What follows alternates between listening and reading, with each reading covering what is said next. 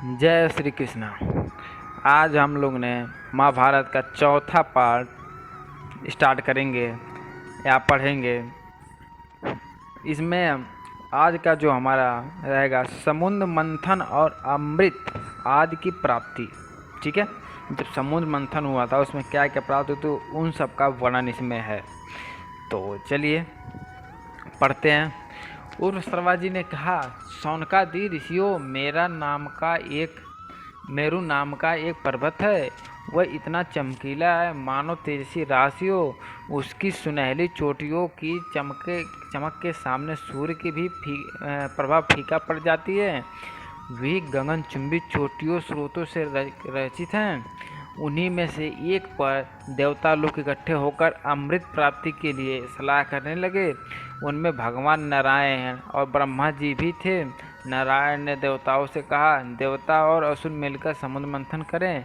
इस मंथन के फलस्वरूप अमृत की प्राप्ति होगी। देवताओं ने भगवान नारायण के परामर्श से मंदराचल को उखाड़ने की चेष्टा की। वह पर्वत मेघों के समान ऊंची चोटियों से युक्त 11,000 योजन ऊंचा और उतना ही नीचे धंसा हुआ था।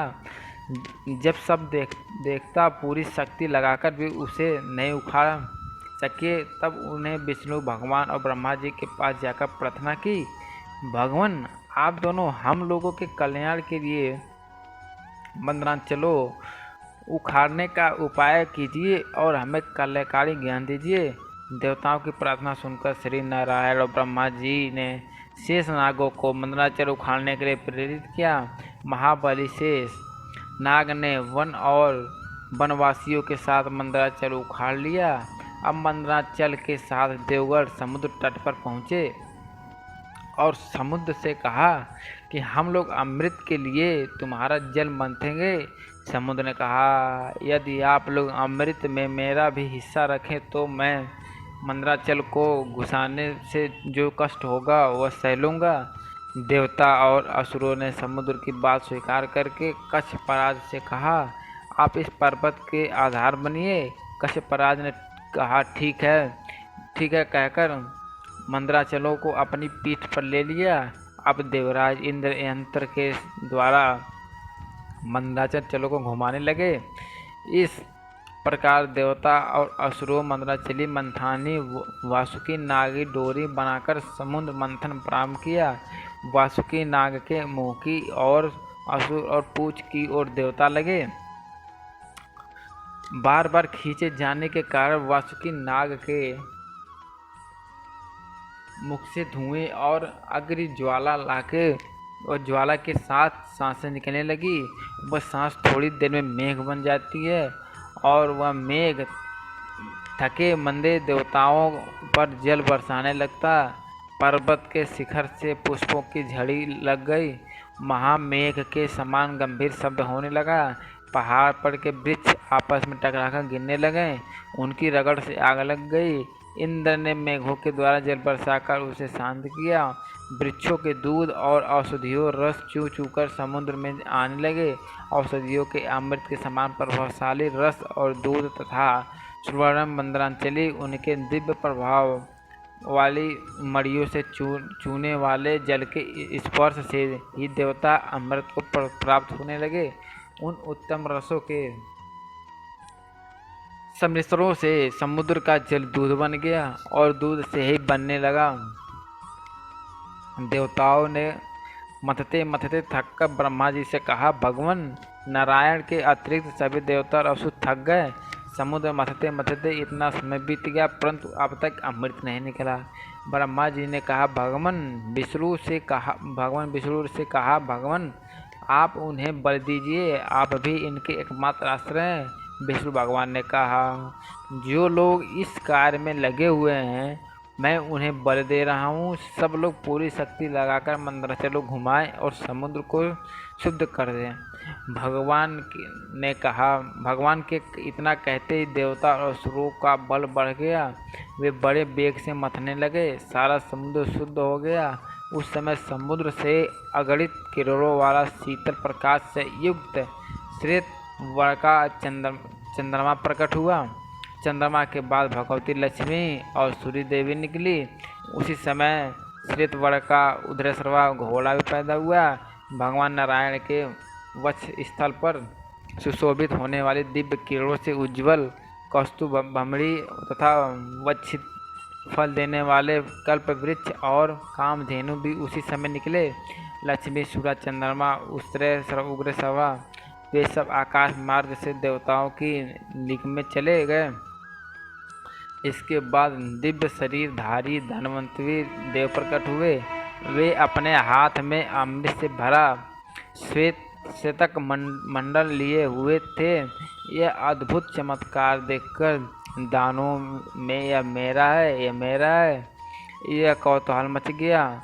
तदंतर 4 श्वेत दांतों से युक्त विशाल एकाकृति हाथी निकला। उसे इंद्र ने ले लिया। जब समुद्र का बहुत मंथन किया गया तब उसमें कालकूट विष निकला, जिसकी गंध से ही लोगों की चेतना जाती थी। ब्रह्मा जी की प्रार्थना से भगवान शंकर ने उसे अपने कंठों में धारण कर लिया। तभी वे नीलकंठ नाम से प्रसिद्ध हुए। यह सब देखकर दानवों की आशा टूट गई। अमृत और लक्ष्मी के लिए उनमें बड़ा बैर विरोध और फूट हो गई। उसी समय भगवान विष्णु मोहिनी स्त्री का वेश धारण करके दानवों के पास आए। मूर्खे ने उनकी माया न जानकर मोहिनी रूपधारी भगवान को अमृत पात्र दे दिया। उस समय वे सभी मोहिनी के रूप पर लट्टू हो रहे थे। इस प्रकार विष्णु भगवान ने मोहिनी रूप धारण करके दैत्य और दानवों को अमृत छीन लिया और देवताओं उनके पास जाकर उसे पी लिया। उसी समय राहु दानव भी देवताओं का रूप धारण करके अमृत पीने लगे। अभी अमृत उसके कंठ तक ही पहुंचा। चंद्रमा और सूर्य उनकी भेद बतला दिया। भगवान विष्णु ने तुरंत ही उनके चक्र से उनका सिर काट डाला। राहु का पर्वत शिखर के समान सिर आकाश में उड़कर गरजने लगा और उसका धड़ पृथ्वी पर गिरकर सबको कांपता हुआ तड़फाने लगा। तभी से राहु साथ चंद्रमा और सूर्य के साथ वैष्णव स्थायी हो गया। विष्णु भगवान ने अमृत पिलाने के बाद अपना मोहिनी रूप त्याग दिया और वे तरह तरह के भयावने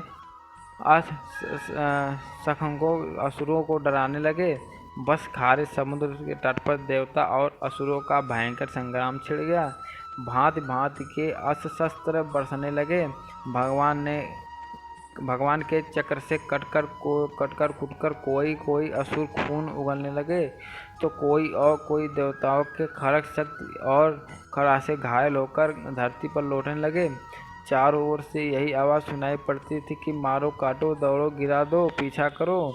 इस प्रकार भयंकर युद्ध हो ही रहा था कि विष्णु भगवान ने 2 रूप नर और नारायण युद्ध भूमि में दिखाई पड़े। नर का दिव्य धनुष देखकर नारायण ने अपने चक्र का स्मरण किया और उसी समय सूर्य के समान तेजस्वी गोलाकार एक चक्र आकाश मार्ग से वहां उपस्थित हुआ। भगवान नारायण के चलाने पर चक्र शत्रु दल में घूम कर कालप्रिके के समान सहस्त्र असुरों का संहार करने लगा। असुर भी आकाश में उड़ कर पर्वतों की वर्षा से देवताओं को घायल करते रहे।